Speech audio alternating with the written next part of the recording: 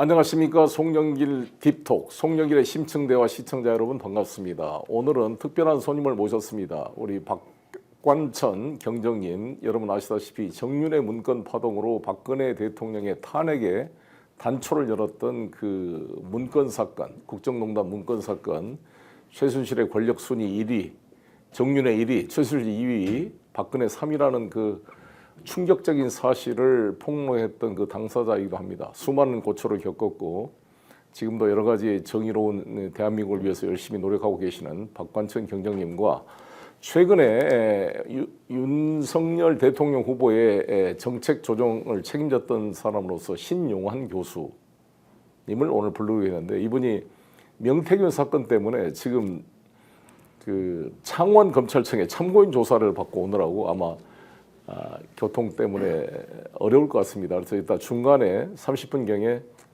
전화 연결을 해서 오늘 참고인 조사나 최근 내용을 한번 들어보도록 하겠습니다. 그러면 우리나라의 그런 정의로운 사회 실현을 위해서 고초를 겪고 지금도 열심히 활동하고 계시는 우리 박관천 경정님 반갑습니다. 네, 안녕하십니까. 시간 내서 고맙습니다. 예, 고맙습니다. 박관천 경정님이 워낙 정보도 많으시고 김대중 대통령 때부터 제가 93년도 4월 23일 날 처음에 청와대를 들어갔죠. YS 정부 때요. 김영삼 정부 때, 그때 김대중 정부, 그다음에 그때 이제 경호실에 있다가 사정 업무하다가 또 이제 나왔습니다. 나왔다가 그 DJ 김대중 대통령 때 한 3년 6개월 차에 다시 들어가서 또 마지막까지 있었고, 노무현 정부 때 있었고, 그다음에 이명박 정부 때는 그 제가 인수위 감찰을 했습니다.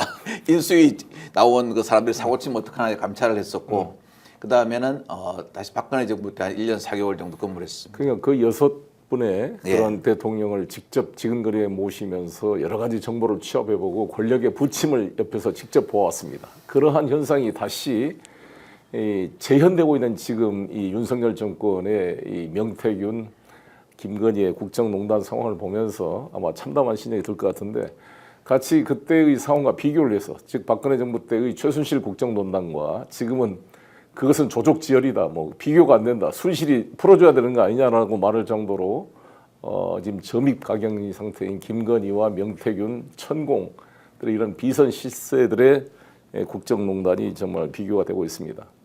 이 논의에 들어가기 앞서서 오늘 박정훈 대령의 결심 공판이 있었습니다. 제가 그 육군 법원에 다녀서 지금 공판을 보고 지금 오는 길입니다. 그렇습니다. 있었는데 오늘 박정훈 대령에 대한 피고인 신문이 있었고, 오늘 이제 최고 변론 구형이 있었는데 3년을 구형했다 그럽니다. 그래서 참 기가 막힌데 정말 의연하게 싸우고 있는 박정훈 대령에 대해서 박수를 보내고 국민 여러분들께서 지지해 주시길 바라겠고, 이러한 박정훈 대령을 3년 구형한 윤석열 정권이 이게 부메랑이 돼서 그들을 감옥으로 쳐넣는 그런 그 계기가 될 것이다, 이렇게 생각이 들고, 김기환 해병대 사령관부터 시작해서 이종석 국방부 장관 관련된 지금 임종도 국회의원 됐는가요? 그런 그 관련자들 전부 입막음하려고 호주 대사로 보내고 승진시키고 국민의힘 국회의원 공천줘서 지금 다 출세를 시켰는데, 그들이 틀어막는 입이 뚫리게 될 날이 올 거라고 생각이 들고, 우리 박정훈 대령 의연하게 싸워 주시기를 바라겠고요. 바라기는 이 군 판사가 상당히 좀 공정하게 하려고 그러더라고요. 근데 이 판사가 소신 있게 무죄 판결을 해줘야 될 텐데, 과연 김용현 국방부 장관이나 이 자들이 수많은 그런 협박을 하지 않겠어요? 김계환 해병대 사령관도 상당히 흔들렸다가, 그렇습니다. 처음에는 흔들렸으니까 명령을 안 내려졌잖아요. 오늘 박정훈 대령도 주로 변론한 게 뭐냐? 아니, 국방부 장관의 지시가 있었으면 수명을 해서 김계환 사령관이 수사단장한테 이첩 보류, 공식적 지시를 내렸으면 내가 수명했지 않느냐. 그렇죠. 근데 자기도 홍보를 어떻게 했으면 좋겠냐. 아니, 이거 잘못하면 우리 해병대가 뒤집어 쓰고 계속 유부단한 상태에서, 그러면 해병대가, 이 정직한 해병대가 공문서 위조, 뭔가 이런 범죄를 뒤집어 쓸 수가 없으니 그건 원칙대로 이첩합시다, 이렇게 해서 오케이 해서 간 거잖아요. 근데 이제 뒤늦게 해병대 사령관이 회유를 했겠죠. 네 나중에 3스타 시켜주겠다. 그러니까 이게 뒤집어져서 여기까지 와버린 거잖아요.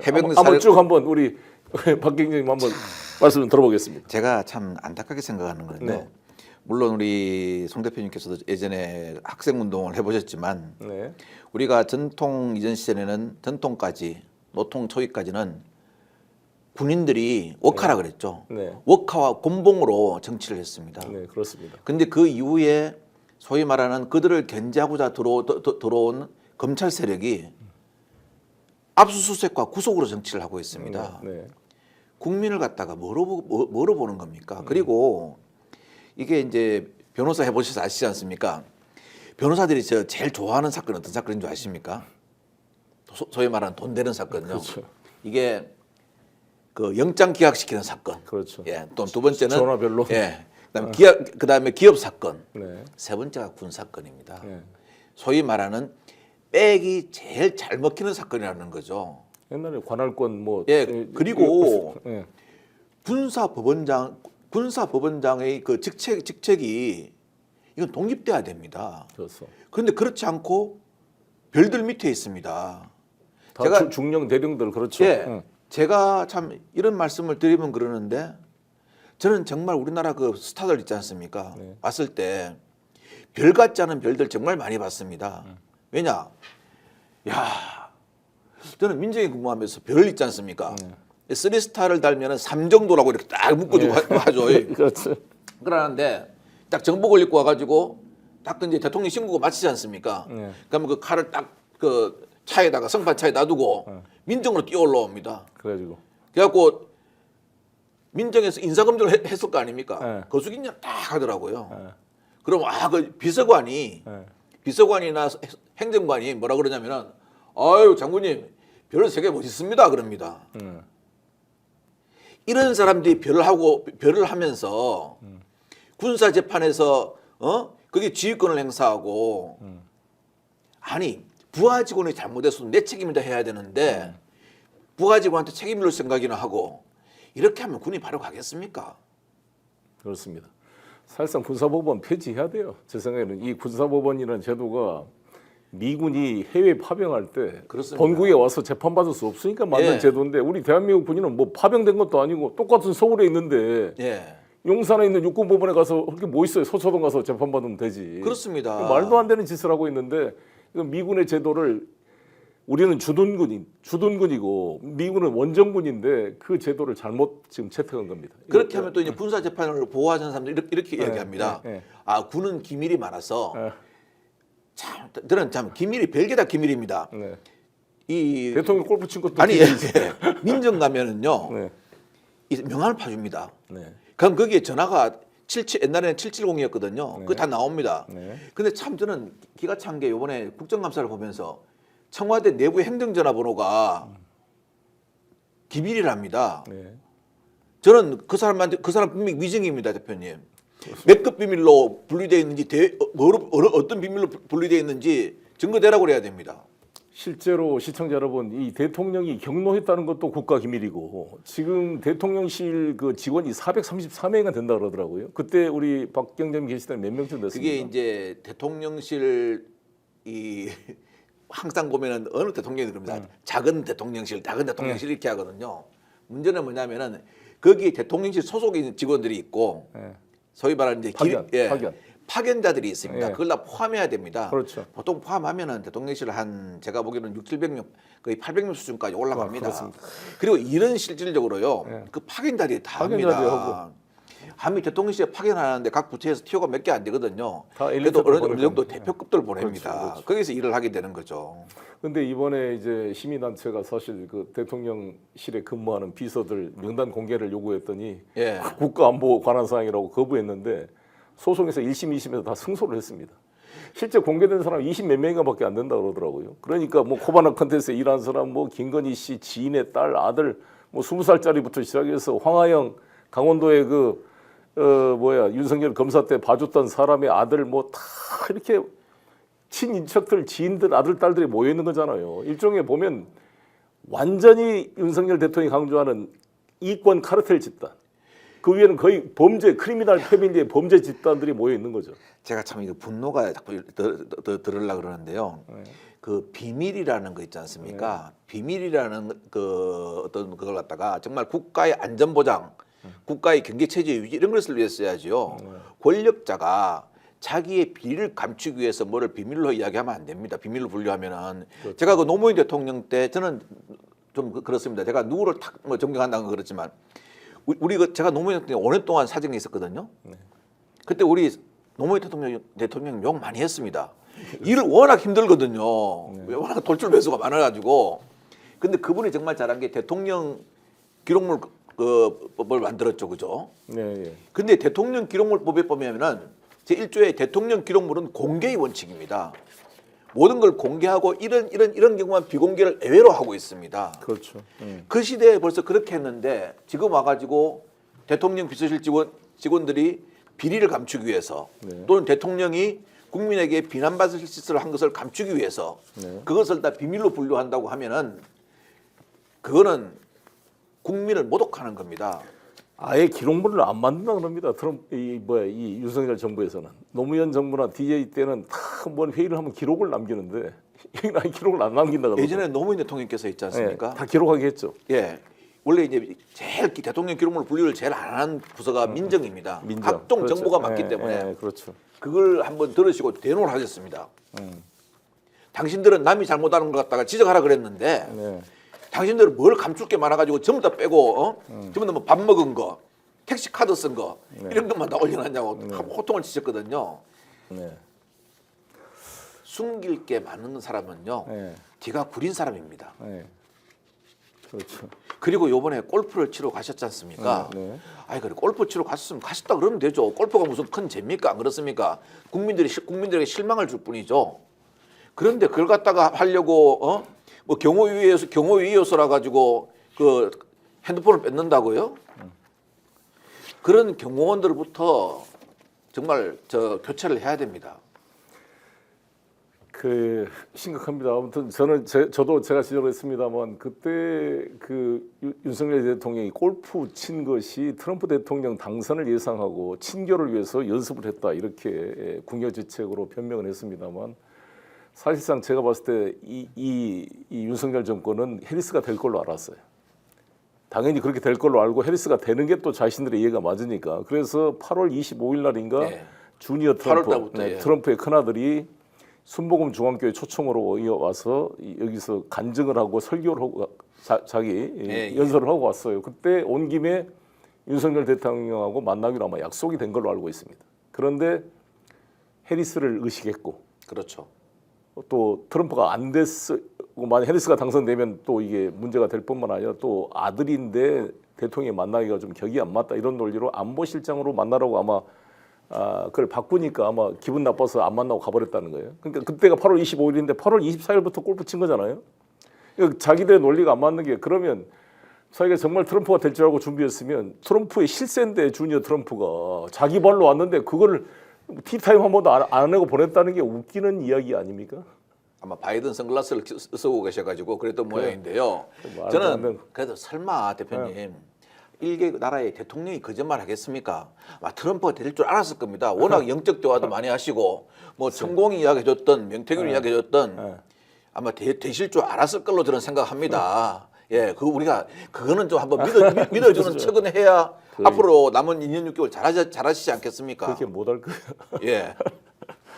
아니 그래서 지금 이제 오늘 아시다시피 최근에 지난 며칠 전이었죠. 우리 이재명 대표에 대한 허위사실 유포 1심 판결이 있었습니다. 그 선거법 위반 판결인데 아니 우리 박경정님도 동서고금 우리나라 헌정사에 대통령 선거에서 0.73% 이긴 사람이 진 사람을 허위사실 유포로 고발해서 그거를 기소한 것 자체도 있을 수 없는 일이지만 그 또 기소된 거를 법원에서 뭐 벌금형도 아니고 실형의 집행유예형을 내려서 의원직 박탈은 물론이고 434억을 토해내라는 이러한 가혹한 판결이 있는 게 아마 동서고금에 있는 판결입니까? 어떻습니까? 민주주의에서 가장 중심은 우리나라 헌법에서 명시했듯이 모든 권력은 국민으로부터 나오고 대한민국은 민주공화국입니다.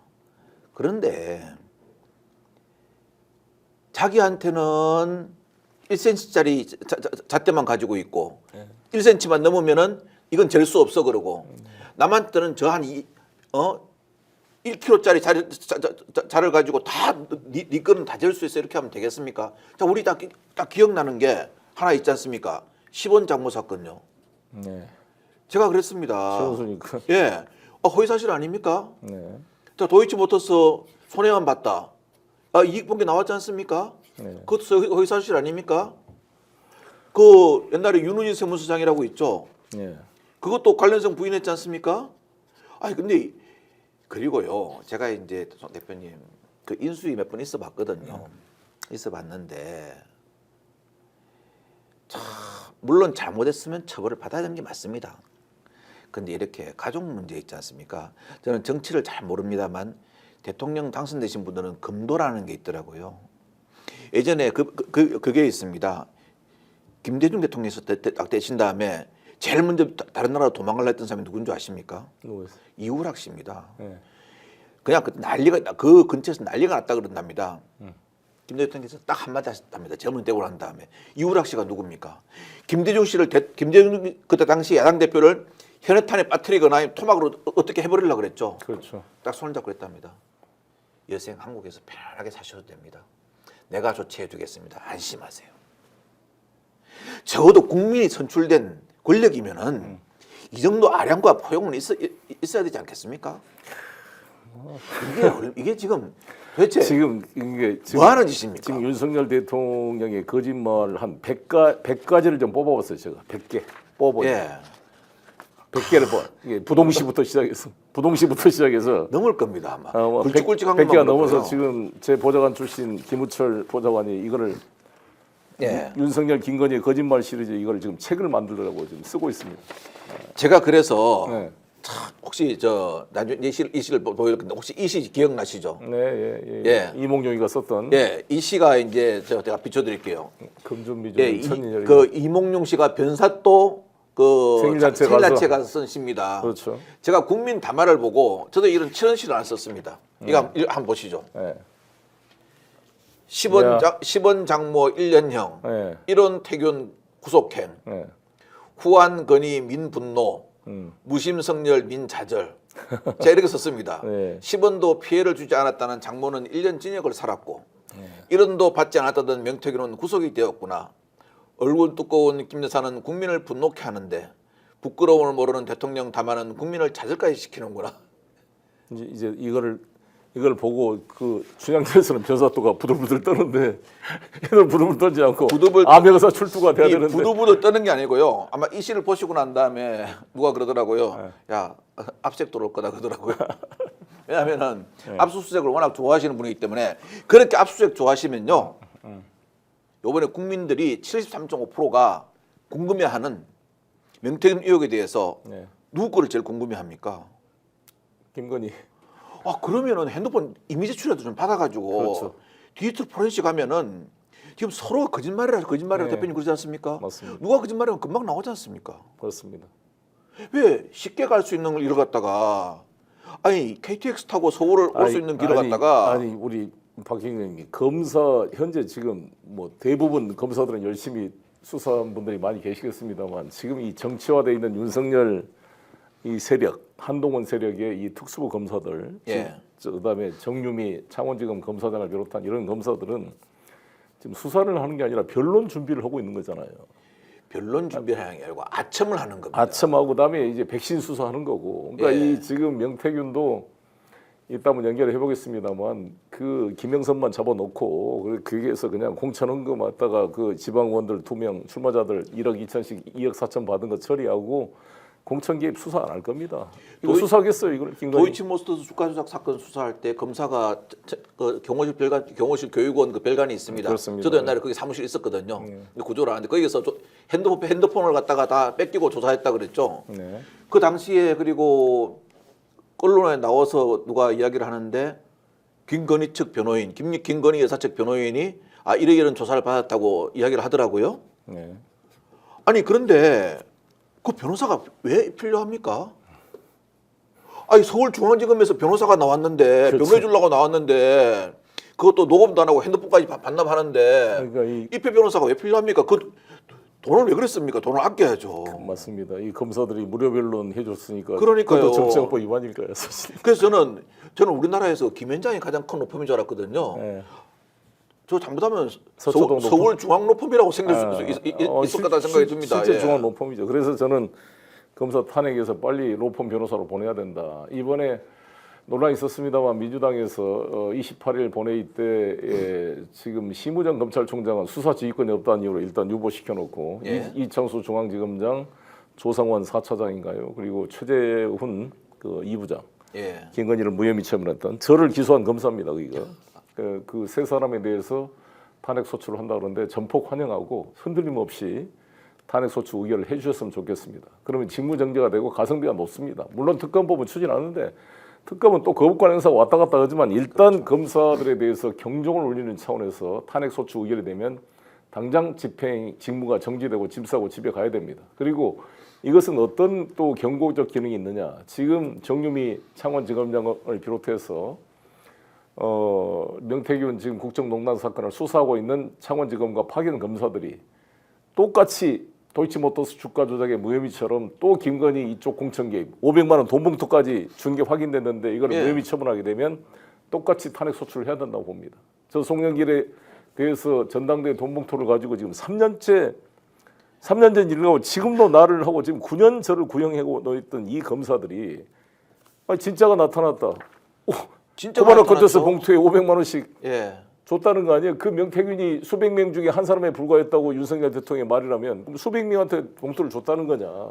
조사를 해봐야죠. 당연히 해봐야죠. 아니 내로남불이죠. 그렇죠. 아니 내가 침 500분 뱉은 거는 제가 안 되고 네. 남이 침 뭐 100분 뱉거나 하면은 그건 제가 되고 그 말 아닙니까? 지금 이재명 대표의 김문기를 몰랐다. 물론 그건 무전했습니다만 골프를 쳤는데 안 쳤다. 그랬다. 근데 자기는 이제 이재명 후보는 그 사진 자체의 어떤 편집을 지적했던 거였는데 그러고 식품연구단지 예. 거기에 국토부가 계속 공문을 보내서 압력을 받아서 이제 그걸 표현한 걸 가지고 허위사실이라고 그랬는데 사실 공직선거법 250조 1항 2항의 허위사실이라는 것은 타인을 떨어뜨리게 하려고 허위사실 유포한 게 아주 죄가 높은 거고 예, 그렇죠. 자기에 대한 것은 약간 더 낮은 거잖아요. 더구나 상대방이 나를 공격하는데 변명하기 위해서 한 건데 그 약간의 좀 실제와 차이가 있다 할지라도 이것이 기소를 하면 윤석열이 그 거짓말 김만배를 잘 몰랐다. 뭐 상가집에 한 번 본 적도 있고 전화통화 2번밖에 안 했다는데 어떻게 김만배 누나 김영옥의 남편이 같은 용산세무서 윤우준하고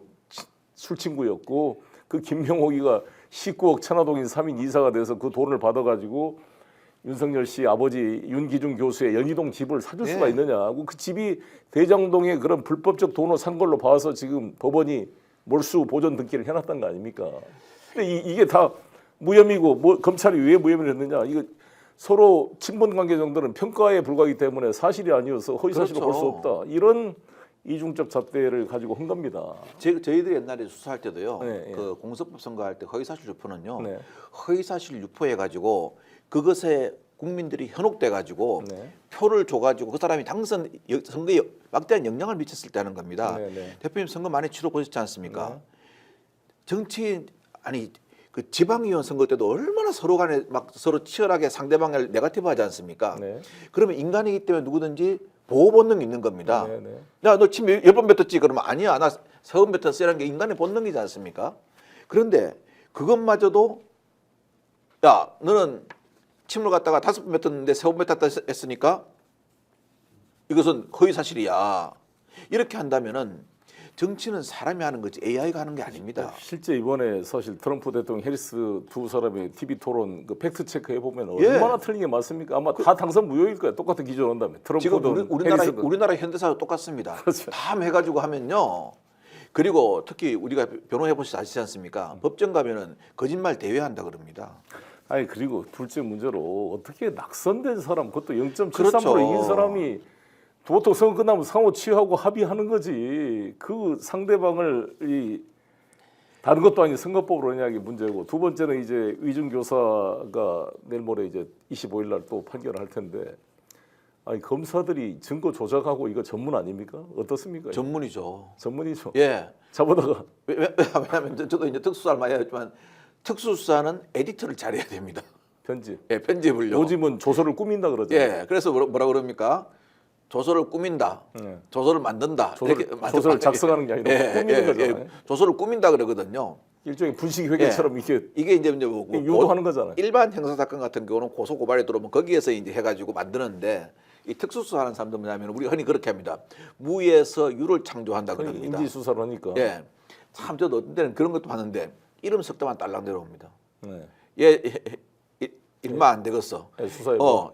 뒤에 좀 파가지고 수사해봐. 그러면은 또 이제 이 올라가려고 하는 사람도 어떻게 하는 게 있냐면은 그걸 또 팝니다. 밑에 시켜가지고. 그래서 이런 게 있습니다. 갖다 바칩니다. 네. 그러니까 이거 있네. 이 나쁜 사람이네 수사해봐. 역시 자네는 유능해 그러면은 네. 이때부터 돌아버리는 거예요. 속된 말로요. 그러면은 근데 참 그거 저도 한번 안 해봤다는 소리는 제가 못 하겠습니다. 네.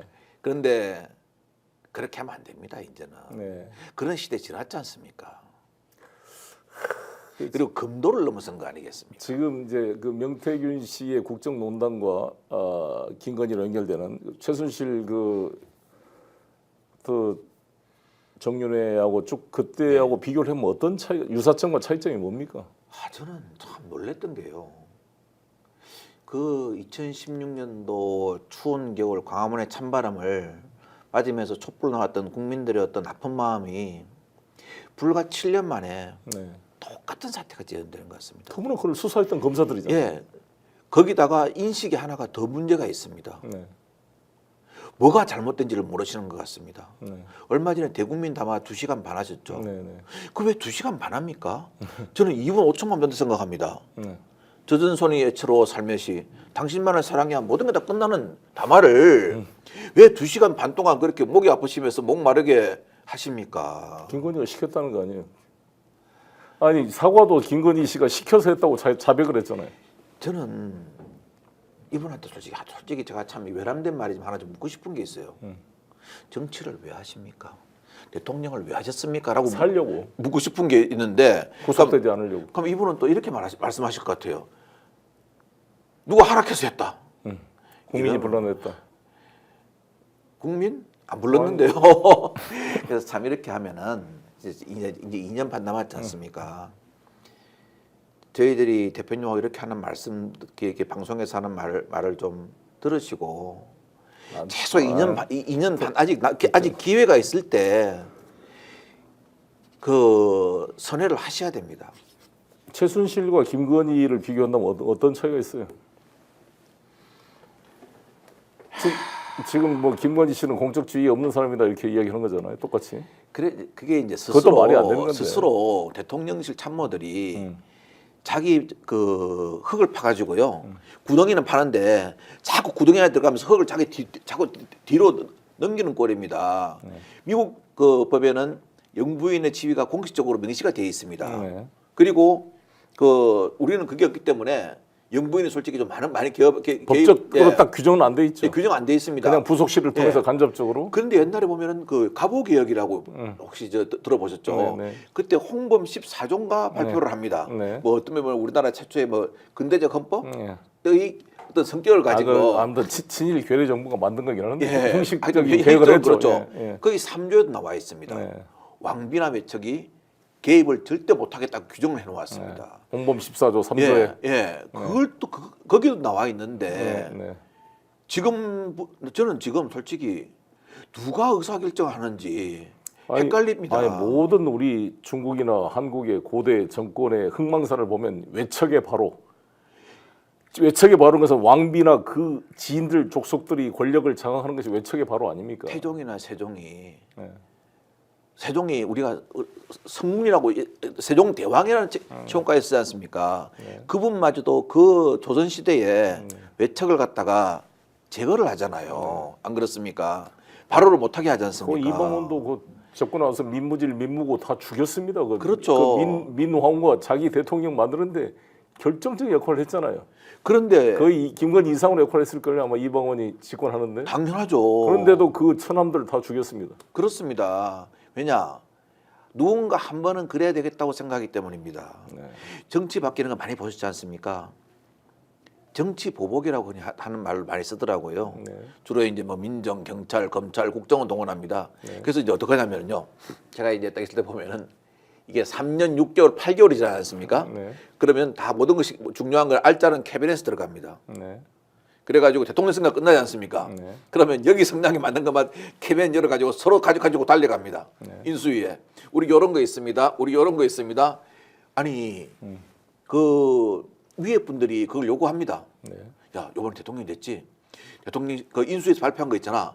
그 중에서 우리하고 맞는 거 몇 개 좀 추려봐. 그리고 또 그럽니다. 대통령이 누구를 제일 미워하지? 이걸 물어봅니다. 그에 따라 딱 규정하는 거죠. 예, 권력기관들이 그러는 겁니다. 근데 그러면 안 되죠. 이걸 어떻게 극복을 일단은 지금 이제 30분이 돼서 지금 아까 예고 드린 대로 신용환 교수님 이 윤석열 그 대통령 후보 캠프에서 정책을 총괄했던 분입니다. 최근 이분이 이제 명태균과 강혜경 씨 이걸 보면서 확인을 해줬어요. 아무튼 그 지금 창원지검에서 오늘 참고인 조사를 받고 올라오고 있는데 KTX 중이라 합니다. 한번 전화가 연결이 되는지 한번 연결해 보도록 하겠습니다. 이분이 이제 소위 화랑 그 강남에 있는 그 비밀 선거 사무소죠. 사실 선거법 위반이고 그렇죠. 이건 공직선 당선 무효형에 해당됩니다. 사실 국회의원들 이게 걸리면요 무조건 당선 무효입니다. 이런 걸 수사해야 됩니다. 그렇죠. 못하게 해야 그럼 대통령 무효지 이거. 지금 이재명 후보 허위사실 이거다 하면 비교가 안 되는 거 아니에요? 선거법 위반으로 사실. 그러니까요. 한번 연결이 됩니까? 연결해 보겠습니다. 수고 많으셨습니다. 지금 창원지검에 오늘 뭐 아침부터 몇 시간 조사 받았습니까? 한 4시간, 5시간 조금 안 되게 조사받았습니다. 고생했습니다. 지금 조사 고맙습니다. 내용이 뭐예요, 주로 핵심이? 창원지검에서 근본적으로 수사하고 있는 명태균식 여론조사, 조작 이런 거 관련된 게 가장 기본적이고요. 네. 그것과 연결되는 내용들, 주변적인 것들, 그때 당시에 이제 캠프에서 어떤 식으로 활용이 되었는지 네. 그런 내용들이 주된 거였고, 당시 이제 캠프 내에 어떤 갈등 관계, 역학 관계 뭐 이런 것들에 대한 주변적인 질문이 일부 있었습니다. 그 대통령 그 부부의 공천 개입 또 거기에 어찌됐건 무료로 뭐 10몇 회에 관한 뭐 80몇 번? 그 여론조사를 제공했다는 거 아닙니까? 네, 그렇죠. 그에 대한 정치항법 위반 이런 것도 조사를 했습니까? 그러니까 기본적으로 질문이 있지만 이제 제가 그 부분은 몇 개를 어디까지 제공받았거나 이런 것들을 제가 직접 아는 위치가 아니었기 때문에 그 부분은 뭐 제가 이렇게 특별히 답드릴 게 없는 상황이었습니다. 네, 그렇습니까? 실제로 뭐 이준석을 상대로 한 그런 조사도 있었습니까? 그러니까 이 대표가 그 대표를 할 때, 그러니까 후보 진영과의 갈등 관계 이런 것들에 대한 질문이 뭐 있긴 하지만 제가 볼 때는 뭐 그 부분에 어떤 특별하게 어떤 그 조사 방향이 특정인을 향하고 있거나 뭐 이런 느낌은 특별하게는 없었고요. 객관적으로 하여튼 전체를 이렇게 체크를 하고 조사를 하려는 느낌이었습니다. 네, 조사 내용 그렇게 하고 일단 오시면 많은 이야기 나눠야 되는데 그것만 물어보겠습니다. 지금 윤석열 그 후보를 캠프 시절에 옆에서 직접 보면서 이 양반이 실제로 이렇게 사람을 대하는 태도나 이런 게 뭐 수틀리면 순전히 들어가 욕을 일상적으로 하면서 이렇게 대화하는 자세가 안 돼 있다는데 어떻습니까 보시기에? 뭐 지금 말씀하셨듯이 기본적으로 이제 뭐 편한 분들한테는 예를 들어서 회의는 사석은 아니잖아요. 회의는 공석이잖아요. 예를 들어서 제가 참석하는 회의도 공석이죠. 뭐 술자리 이런 건 아니니까.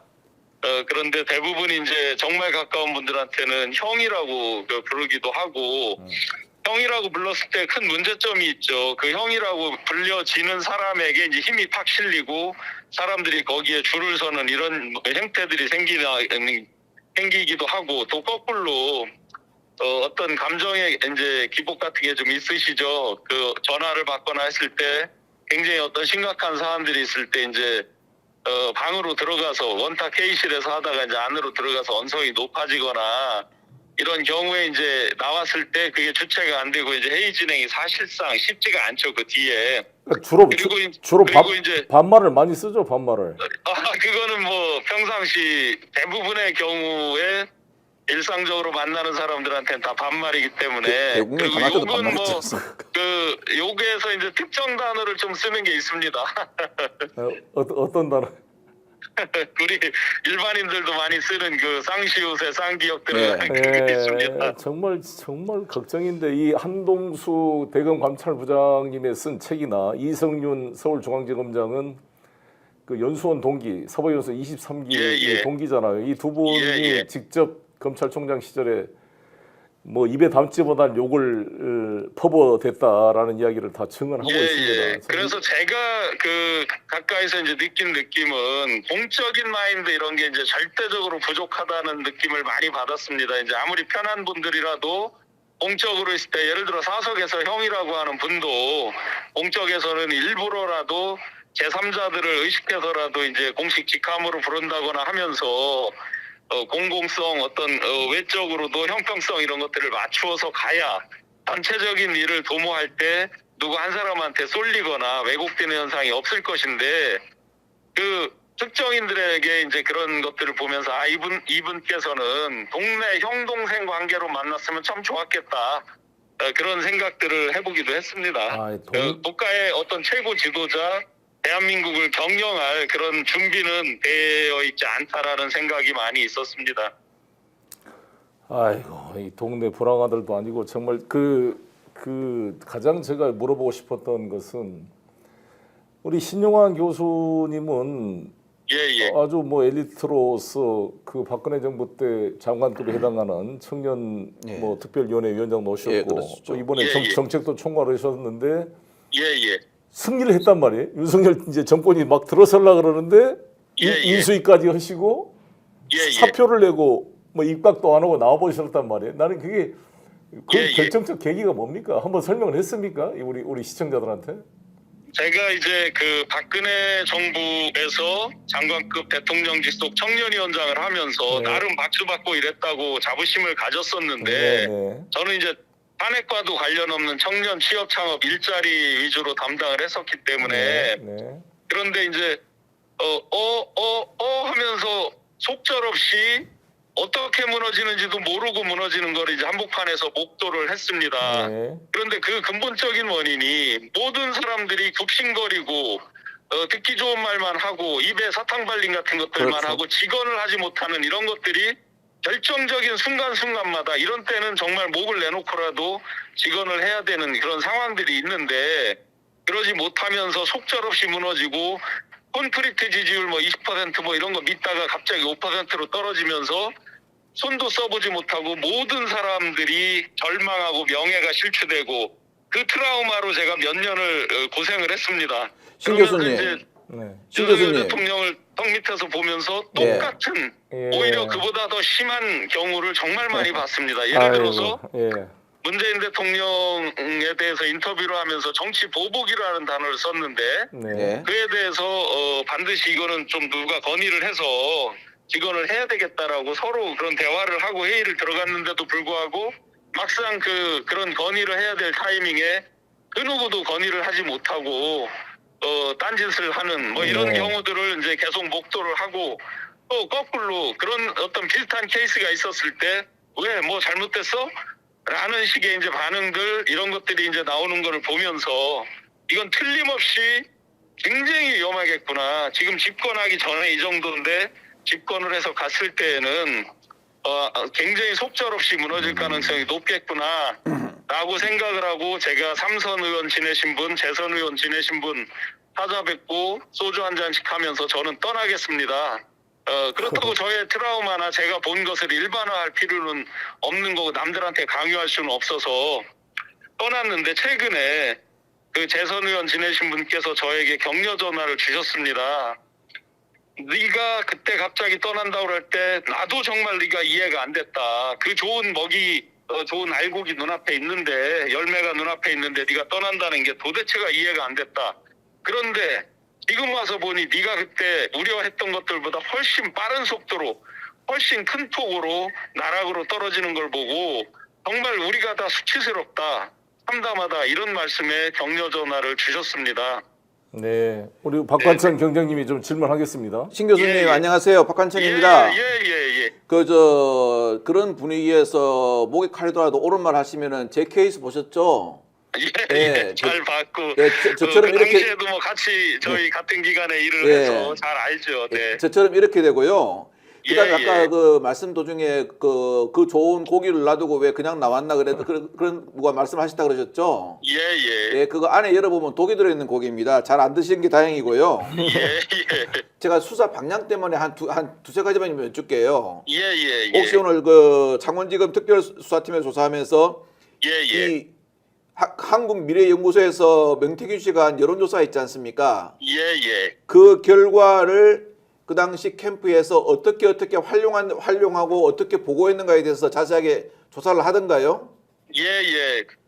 그 예, 아주 저 뉴스 같은 것들을 꼼꼼하게 체크를 하셨고 보니까 굉장히 그 광범위하게 자료를 수집을 해서 굉장히 세세하게 질문을 하셨습니다. 그리고 그 여론조사 결과가 네네. 결국 그 당시에 후보였던 윤석열 대통령하고 뭐 김건희 여사라든가 이런 분한테 보고된 경로에 대해서 조사를 하시던가요? 그런 것도 이제 기본적인 질문에 아주 세세하게 물었는데 제가 직접적으로 보고를 하거나 뭐 보거나 하지는 못해서 그 부분은 저는 객관적인 자료와 제가 경험한 것 그대로만 일단 진술을 했습니다. 예, 그러면서 나중에 혹시 이렇게 안 물어보시던가요? 직접 보신 건 아니죠? 이렇게 직접 그 여론조사 결과를 예. 당시 윤석열 후보나 이쪽에 직접 보고하는 걸 보신 건 아니고 그 직접 보고하시는 업무가 우리 신 교수님 업무는 아니죠? 이런 거 안 물어보시던가요? 뭐 그렇게는 그렇게 지금 말씀하신 식으로는 안 물어보고 아마 제 이제 업무 영역 범위를 정확히 알고 질문을 하셨기 때문에 예. 지금 물은 것처럼 이렇게 묻지는 않은 것 같습니다. 그런 뉘앙스는 물어보시죠.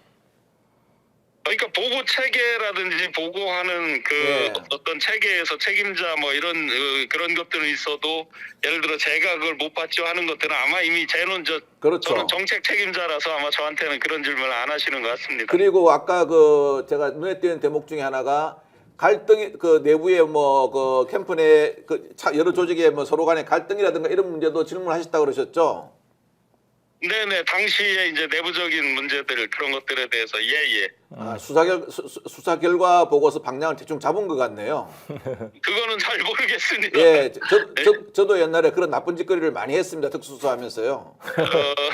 저는 하여튼 굉장히 세세하게 많이 스터디가 돼 있다라는 느낌이 있었습니다. 예, 그래요. 조심해서 올라오시고 나중에 한번 예. 다시 모시도록 하겠습니다. 오늘 죄송합니다. 제가 이게 길어져서 KBS를 놓쳐서 예. 방송에 출연을 못해서 죄송합니다. 네, 수고했습니다. 감사합니다. 예. 네. 정말 제보 결단에 감사를 드리고요. 신중환 교수님이 말씀해 주셨기 때문에 그 강혜경 씨의 그런 공익 제보가 보강 증거가 되면서 확인이 됐습니다. 그리고 실제로 그 사무실 존재 강남에 있는 어떤 비등록 불법 선거 사무소 존재를 비롯해서 여러 가지 문제가 밝혀지고 있는 것 같습니다. 이제 지금 또 논의해 볼 게 이번에 해도 넘어갈 정도 또 한 1억 정도 무슨 법인카드 이용해가지고 우리 이재명 대표를 또 추가 기소를 6번째 기소를 했잖아요. 지금 좀 저거요. 어제 제가 우리 백태웅 하와이대 교수 제 친구를 만났는데 이번에 유엔 사법정의 그 특별 보고관한테 이거를 보고서를 보냈다 그러더라고요. 그분이 미국에서 강의하시는 분 아니신가요? 네, 하와이대 교수. 하와이대 교수. 서울대 그때 학생회장 때 저랑 같이 하면서 이제 운동권 그러셨습니까? 친구입니다. 친한 친구고 저도 하와이대 초청으로 가서 특강도 해보고 그랬는데 이번에 만났습니다만 그럴 정도로 이 심각한 지금 이 차별적 기소, 그러니까 선별 기소를 넘어서 차별적 기소로 이렇게 되고 있는데 이게 심각한 것 같은데요. 저는 이제 화가 나는 게 이 검사들의 이러한 행태, 지금 이 관용차를 사적으로 썼다 해서 6천만 원까지 막 집어넣는데 지금 이 검사들 하는 거 보면 특활비 유용, 지금 윤석열 대통령 특활비가 70억 현금을 만들어서 뿌렸다는 거 아니에요? 그다음에 어디가 소고기 먹고 어디가 뭐 영수증도 휘발됐다고 안 내놓고 이 검사들의 이런 특활비 유용이 너무 심하고 영수증도 안 내서 이번에 국회에서 다 삭감시켰잖아요. 난 정말 잘했다고 보는데 이 검사들의 이러한 행태에 대해서 한번 옆에서 다 그때 사정을 해보셨으니까 한번 말씀해 주십시오. 저는 정말 물론 죄를 지었으면 벌을 받아야 됩니다. 경기도민의 그걸 갖다가 썼으면은 벌을 받아야 되겠죠. 근데 한번 저는 거울을 보라고 말하고 싶습니다. 58만 원, 오죽하면 98만 원 룸사롱 검사라는 말이 나오고 정치 떡금이라는 이야기까지 나옵니까? 있잖아요. 강남에 가면 있지 않습니까? 제일 좋은 손님이 영감님입니다. 왜냐하면 이거는 영감님이 드신 술은 술값도 안 깎고 스폰서가 냅니다. 네. 그리고요, 이 소위 말하는 격려금이죠. 네. 특할비라고 정식 명칭은 특할비라 그러죠. 물 쓰듯이 썼지 않습니까? 그렇죠. 그리고 영수증도 아니 우리나라 대검찰 측이 무슨 범죄 집단입니까? 영수증을 일부러 지우고 뭉개고 아니 프린터 잉크도 없을 정도입니까? 다 휘발됐다 그러고. 예, 휘발됐다 그러고요. 좀 그것도 스폰서들이 또 다 있었잖아요. 그때 검사들 별도로. 있죠. 솔직히 특활비도 부족해서. 그 저 중에 하나가 이번에 그러니까 윤우진 아닙니까? 그 윤대진의 형 용산세무서장. 그렇죠. 예. 여러분 시청자 여러분 아시다시피 윤대진 검사 소윤이라고 불렀습니다. 연수원 예. 25기였고 저하고도 잘 아는 후배인데 이 윤우진과 그 형 아니 윤대진과 그 형 윤우진을 이 윤석열 대통령이 친형처럼 삼겼고 윤우진이 항상 접대를 했죠. 그 뭐 스카이 70도 스카이 70이라고 너무 노골적인가요? 스카이 70에 골프 쳤고 왜 나오고 뭐 룸사롱 술 접대. 뭐 일시집도 뭐 캐피탈 호텔 뒤에 그 일시집도 나오고 나왔지 않습니까? 캐피탈 일식집이 그게 무슨 집이라 그랬죠? 이름이? 뭐 들리는 말은 다도야라는 일시집이 있다고 다도야 그러더라고요. 예. 그 여러 가지 나왔지 않습니까? 그리고 그 아무리 아니라 그래도 검사들이 항상 하는 말이 있습니다. 권력자나 검사들이요 자기의 비리를 듣거나 권력자가 내가 이뻐하는 내 강아지의 비리를 듣기 위해서 항상 하는 말이 있습니다. 네가 봤어? 증거 있어? 이렇게 합니다. 이래가지고 구속당하고 탄핵까지 당한 분 계시지 않습니까? 레이저 함부로 쏘시다가요. 네. 이게 이남석 변호사 얘기만 좀 해주세요. 그 특수부 출신 그 윤석열 뭐 후보의 여러 가지- 지난번 시청자 여러분 기억나시겠습니다만 2019년도에 윤석열 검찰총장 인사청문회 때 뉴스타파가 윤우진의 변호사로 이남석을 소개해 준 이거 녹취록을 그때 한상진 기자가 녹취해 가지고 그때 김진택 국회의원이 변호사 소개시켜 준 적이 있느냐 윤우진한테 물어보니까 네. 없습니다 했다가 바로 뉴스타파 한상진 기자의 녹취록을 틀어주니까 완전히 얼굴이 색이 변했던 일이 있었습니다. 완전히 거짓말한 거죠. 그것 때문에 김진태 지사가 공천 못 받을 뻔하다가 그래서 중성 면세했다는 거죠. 명태균 씨가 동원된 거 아니? 그래 동원다는 말도 있잖아요. 예, 그런 말이 있죠. 그래서 김건 여사가 그때 당시에 그 나온 게 그랬죠. 네. 뭐 당시에 이제 다 특수부 라인들인데 이남석도 특수 검사 출신이죠.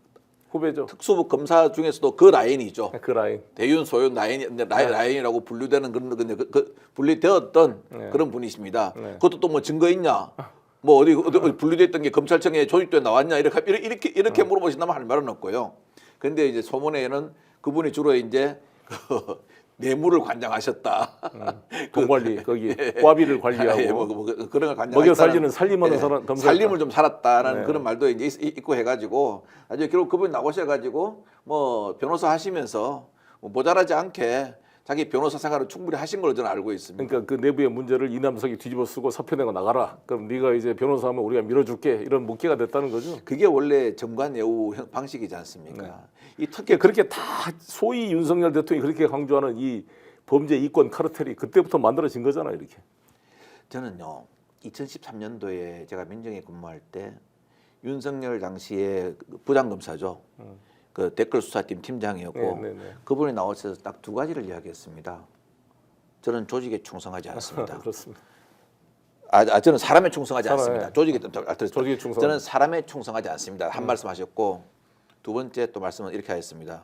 우리 수사하는 사람들은요 자연스러운 수사 과정의 절차에 대해서 그거는 왜 하느냐는 식으로 해가지고 막으면은 그거를 외압이라고 느낍니다. 그렇게 말씀하셨습니다. 네, 그게 그렇죠. 지금도 기억에 남습니다. 그걸 들으면서 그때 청와대 민정이 발칵 뒤집혔습니다. 모 비서관은 정말 저거 지기 뺀다. 감히 할매한테 저런다면서 뭘 하고 디캐라 그랬거든요. 그랬는데 지금 윤석열 대통령께서 사람에게 충성을 바라는 것 아닌가. 저는 그게 의심스럽고요. 두 번째는 정상적으로 지금 이번에 명태균 씨 역 나왔지 않습니까? 가장 의회 중심에 누가 서 있습니까? 여사가 서 있습니다. 서로 말은 필요가 없습니다. 명태균 씨가 다 녹취해놨지 않습니까? 그럼 누구 핸드폰을 갖다가 디지털 포렌식을 제일 먼저 해야 됩니까? 이거 수사 절차입니다. 그렇죠. 김건희 여사 핸드폰 이미 제출을 받든 어쨌든 디지털 포렌식 해야 되지 않습니까? 이거 안 한다는 것은 당신께서 말씀하신 수사의 당연한 과정을 그걸 왜 하냐는 식으로 이야기해가지고 못하게 하면 그걸 외압이라 그런다 그러지 않습니까? 이 두 말 다 틀린 거 우리가 아니겠습니까? 검사들은 그렇잖아요. 우리가 권력의 충견 이런 표현을 이제 쓰는 거잖아요. 예. 근데 저도 지금 강아지를 키우는데 예, 강아지는 좀 대형견입니다. 8살짜리인데 예. 차오차오인데 예, 예, 예. 이 개들이 귀신처럼 권력의 순위를 알잖아요. 그렇습니다. 아빠가 권력인지 엄마가 권력인지. 그렇죠. 예?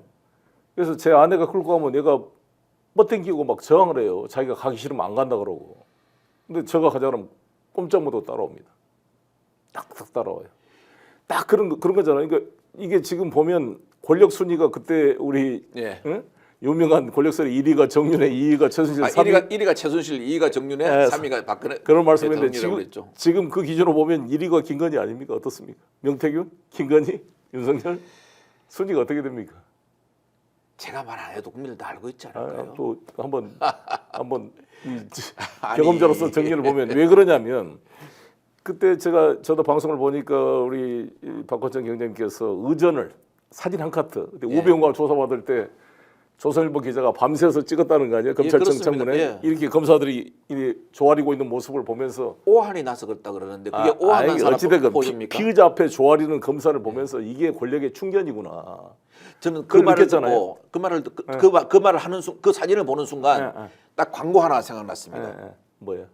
니들이 개맛을 알아? 개맛을 알아. 니들이 권력을 알아? 그렇죠. 이렇게 딱 둘이서 손 다 잡고 우리는 권력 맛을 모르는데 좀 나눠주십시오 하는 것 같습니다. 어떻게 조사를 정리해 예. 드릴까요? 물어보는 거 아니에요? 피의자한테 물어보고 불편하신 거 없습니까? 불편한 거 그러니까 없습니까? 그런 거잖아요. 김건희 여사한테 갈 때는 아예 그냥 핸드폰 맡겨놓고 거기 황제 조사를 한 건데 지금 우리가 매번 우리가 의전 장면을 보면 해외 순방 때 예. 감출 수 없는 센터 본능. 김건희 여사가 자기가 대통령처럼 먼저 나오고 먼저 악수 올려 그러지 계속 나서고 윤석열 대통령은 앞으로 갈지 뒤로 갈지 왼쪽에 있을지를 몰라서 시킨 대로 끌고 가고 저리 가봐라 하면 가고 앉으라면 앉고 뭐 거의 뭐 대통령이 무슨 강아지 훈련하듯이 막 이렇게 하는 느낌이 되면 참담함을 느끼지 않습니까? 어떻습니까? 그게? 그 윤석열 대통령 서울대 나오셨죠?